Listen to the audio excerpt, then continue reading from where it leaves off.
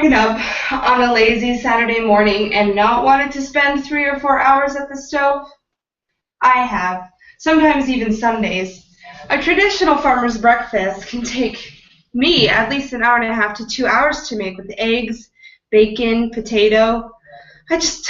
I'm cozy, I'm warm, I just woke up, but I'm really in the mood for something delicious. The first thing that I think of is Spanish toast.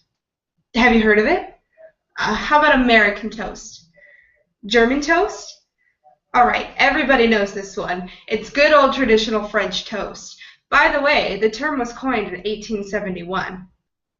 French toast, just by its different variation of names, we know has been popular across cultures. Where did it come from? Legend has it that it was started by medieval cooks stricken with poverty that were in need to feed their families, but they had to use every morsel in their house to make sure that their family was fed. They didn't have the money to continually go out and buy food. Knowing that day-old stale bread could be revived by adding some liquid and some protein, they used it to feed their families. They used day-old stale bread, mixed it with milk, added eggs for protein, baked it, served it with honey or jam. Does that sound familiar to something you would eat?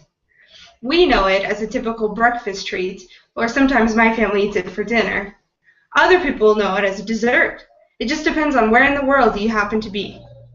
Although we commonly call it French toast, it has another name called the Poor Knights of Windsor, which started in England. Exactly when this treat came around, we're not exactly sure. It seems that so many different cultures started the same thing around the same time. So Poor Knights of Windsor was actually concerning knights, or gentry. The gentry were royal people, and whenever they served dinner, they were expected to serve dessert as well. I mean, what's dinner without dessert? You clearly don't have enough money. But the key was that not all knights, even though they're gentry, had enough money. So to keep up their label, they would serve French toast, otherwise known as the Knights of Windsor, the Poor Knights of Windsor, and they would serve it with a side of jam.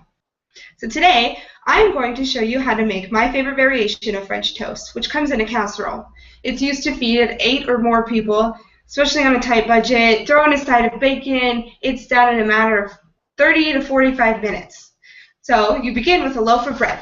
You can use traditional wheat bread or white bread, or your favorite flavored bread.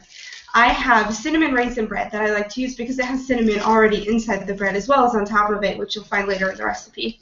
After you've preheated your oven to 350 degrees, you want to take a 9x13 pan and grease it. You can use shortening in a lot of recipes that has butter or traditional oil.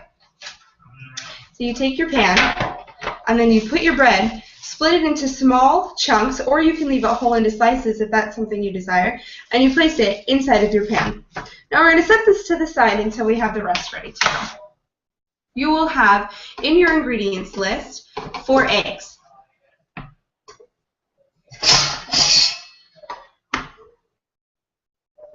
a cup and a half of milk, a half cup of sugar, cinnamon, and of course a bowl and fork for mixing. So first we're going to put in the milk. You need the milk as a moist to moisten your bread to help revive its stale state. Next, you put in 4 eggs, which adds for your protein. It helps the spices stick. Finally, you'll add your sugar and your cinnamon, and then you'll mix it.